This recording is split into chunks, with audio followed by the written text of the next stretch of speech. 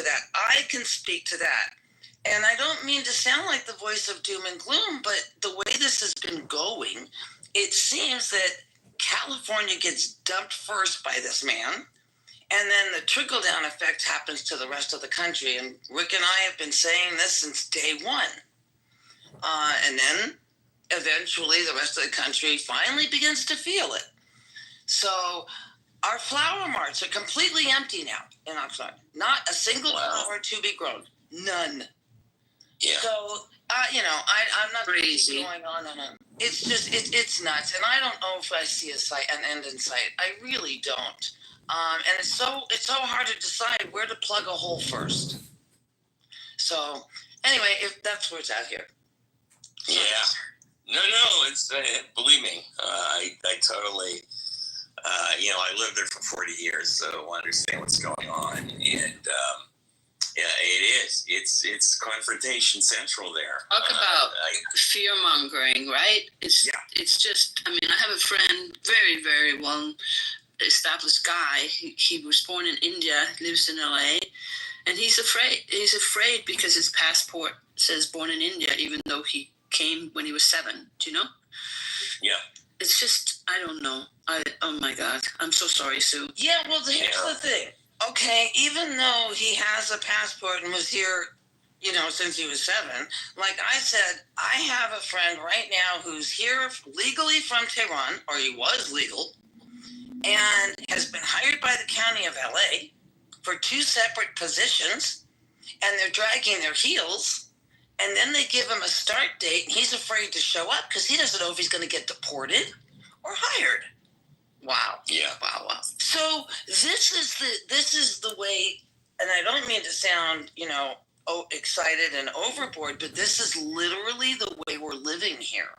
And I'm not a fear-mongering person. I don't buy into the fear, but this is real. This is real. And there's no 2 ways to slice this. They're doing what they intended to do. And now we have to figure out how we band together against all this. So I'm glad Steve is here. Steve, I also need to know the name of that restaurant in Sherman Oaks that you went to for the eggplant. Thanks. Yeah, let's get Steve up here. And I want to hear from Andrea also. Yes. Oh, here comes Mr. Crown. Stephen, you've been paged. Well, first of all, we want to know the restaurant in Sherman Oaks that has the eggplant, but also, I assume you have been doing some reading over the weekend about all of the Supreme Court decisions that came down on Friday. So if you don't, a little pressure here, but if you can, maybe you can enlighten us. Or I can call you later, whatever you want to do. Can you hear me? Yeah, I can hear you now. Yeah, my earbuds have been funny lately. I did. I don't want to not say anything, but I do want to mention I did a room in the Supreme Court Confidential. So they call. I forget what they're called. It's been so long, but whatever they're called, I did one of those that was a little over 2 hours about the so-called birthright citizenship case. I guess I would just summarize by saying that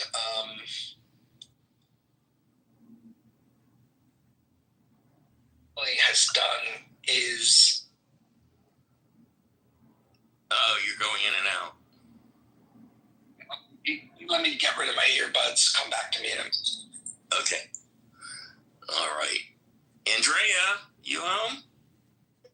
I am, but I can't weigh in substantially right at this second. But hey, everyone, and happy post-Pride weekend. Oh, all right. I'll get back to you. Can I ask a quick question? Is it possible for Steve to make his 2-hour room available to those of us that were not part of the House? It's on replay. It's on replay. I know, but I'm not a member of the House, so I can't get into the replay. I think you can look at Steve. Oh, can you look at Steve and see replays associated with his name? I or you didn't. I thought the replay would be available to anyone. I don't know how that works. Can you join the house It soon? should be. Yeah, I mean, let's see. I mean, I guess I won't be able to tell because I am a member. So when I go there, I see them, of course. Right. When you go, you're just not able to access the recorded events. Correct. And it says that I'm waiting to be accepted to the house. Okay, does anyone, I don't know how I do that. There must be a way to let new people into the house, but I don't know what it is. I'll figure it out. There must be a way to. I know you're going to have to read, but that is something older people can usually do. Without getting into the literacy part, Sue, if you tap on Steve's name and you scroll down, I'm doing a little assumptions here. Do you see any replays that rooms that he's been in and appear on the replays? Yeah, because it should show. Maybe. I don't know. Yeah, I do, but only the rooms that I'm a member of. Really? So it doesn't have a date of this happened? No, It doesn't have a June 27th? No, it doesn't. No, my first one is June 10th when he was in another room that we were both in. I just posted it in the. Thank you. Okay, and you're all talking about Steve's room. We're not talking about the Deep State Patriots, because I think I left it open. I hope I did. That's not the problem. Okay. Will it let you click on the new Jumbotron link? Because that might be what you're after. Oh, okay. Does anybody have There it is. C-SPAN on by chance? I think Elle did, but she just left. She was on the phone. Yeah, Elle's back. Elle, she said, yeah, go ahead, Elle. If you just click on the link that I put in the chat, you can go right to it. Yeah, I don't want to do it on my phone. I want to. Yeah, thanks. I'm just letting Stu know that she can listen to it that way. How? I'm sorry. I tried it one way. It didn't work. What did you say, Al? Sue, The same link as the you're now Jumbotron. a member. Problem solved. Thanks, Steve. I found the wait list. It took me a while, but I found it.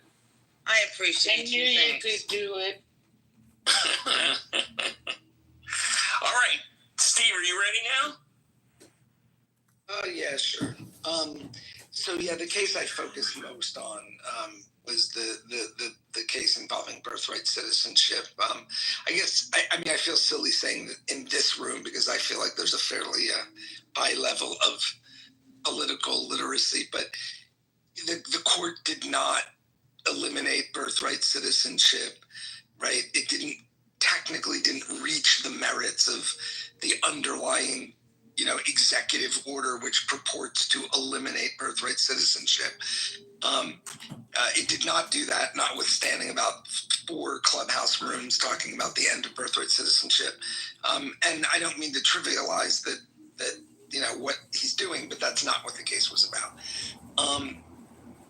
3 lower court judges in 3 different cases all found that the executive order was, unconstitutional, and they issued orders to the government, not to apply the executive order. The plaintiffs were individuals in one case, and in the other 2 cases, they were largely actually state governments.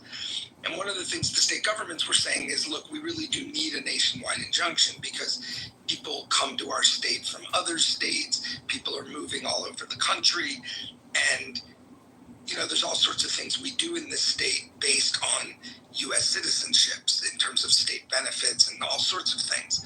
So we really do need to prevent the executive branch from purportedly taking away people's U.S. citizenship. So the issue in the case, the government appealed these nationwide injunctions. They did not appeal the underlying finding that the executive order was almost certainly unconstitutional, but just the scope of the relief that the judges gave in these 3 cases. And the Supreme Court said it is probably the case that these nationwide injunctions are not allowed under something called the Judiciary Act of 1789.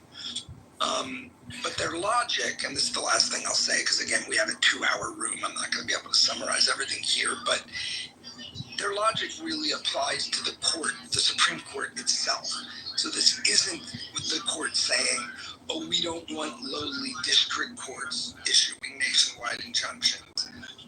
Their logic applies to the Supreme Court as well.